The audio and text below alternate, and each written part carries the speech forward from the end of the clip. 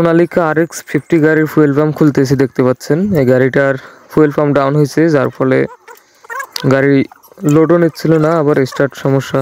তো fuel pump down হইলে যেটা হয় সেই সমস্যাটাই হচ্ছিল। আর বিষয়টা হচ্ছে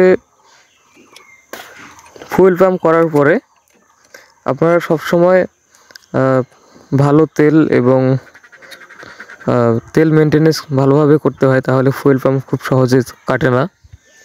অনেকেই জানে না ফুয়েল পাম্প, নতুন ফুয়েল পাম্প করার পরে আবার লোকাল তেল ঢোকায়, ময়লা তেল। তারপরে হচ্ছে মেন যে বিষয়টা সেটি হচ্ছে তেল শেষ হওয়ার পরে গাড়ি বন্ধ হয়ে যায়, তারপরে তেল নেয়। তো এইরকম এই কাজটা করা যাবে না।